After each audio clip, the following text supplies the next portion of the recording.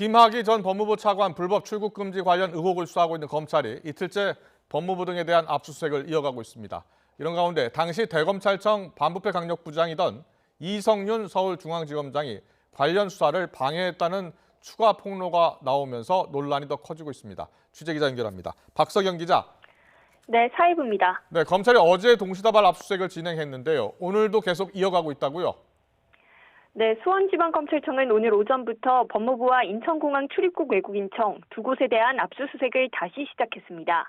검찰 관계자는 전산자료 복제 작업 등에 생각보다 많은 시간이 걸리고 변수가 많아서 이틀째 압수수색을 진행하고 있다며 종료 시각을 예측하긴 어렵다고 말했습니다.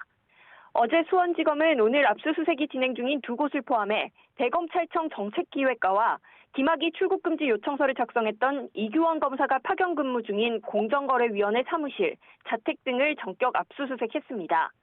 확보 자료에는 관련자의 휴대전화 등 핵심 증거도 포함된 것으로 알려졌습니다. 검찰은 압수물 분석을 통해 김 전 차관 긴급 출국금지 과정에 위법 행위가 있었는지 등을 살펴볼 방침입니다. 이와 관련해 추미애 법무부 장관은 검찰이 법무부를 압수수색한 데 대해 강한 유감을 표시했습니다. 추 장관은 자신의 SNS에 글을 올려 공항에서 긴급 출국 금지로 해외 도피가 좌초된 실질적 범죄 피의자를 위해 법무부를 압수수색하는 건 누구의 공익을 위한 것이냐고 지적했습니다. 그러면서 앞서 검찰이 김학의 동영상 같은 결정적 증거를 외면하고 피해자를 탄핵하는 수사로 두 번이나 김 전 차관을 무혐의 처분해 공소시효를 다 놓쳤다고 비판하기도 했습니다. 검찰의 강제 수사가 본격적으로 시작이 됐는데요. 관련 의혹을 처음 신고했던 공익 제보자가 수사 방해 의혹도 제기했다고요? 네, 관련 의혹을 신고했던 공익 제보자는 최근 국민권익위원회 등에 추가 공익 신고서를 냈습니다.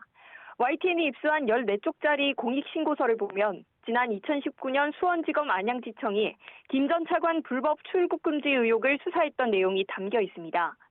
신고서에서 공익 제보자는 당시 법무부 직원들의 출국 금지 정보 무단 조회, 수사권 없는 파견 검사의 긴급 출국 금지 요청, 그리고 출입국부의 부적절한 출국 금지 조치 등이 확인됐다고 주장했습니다.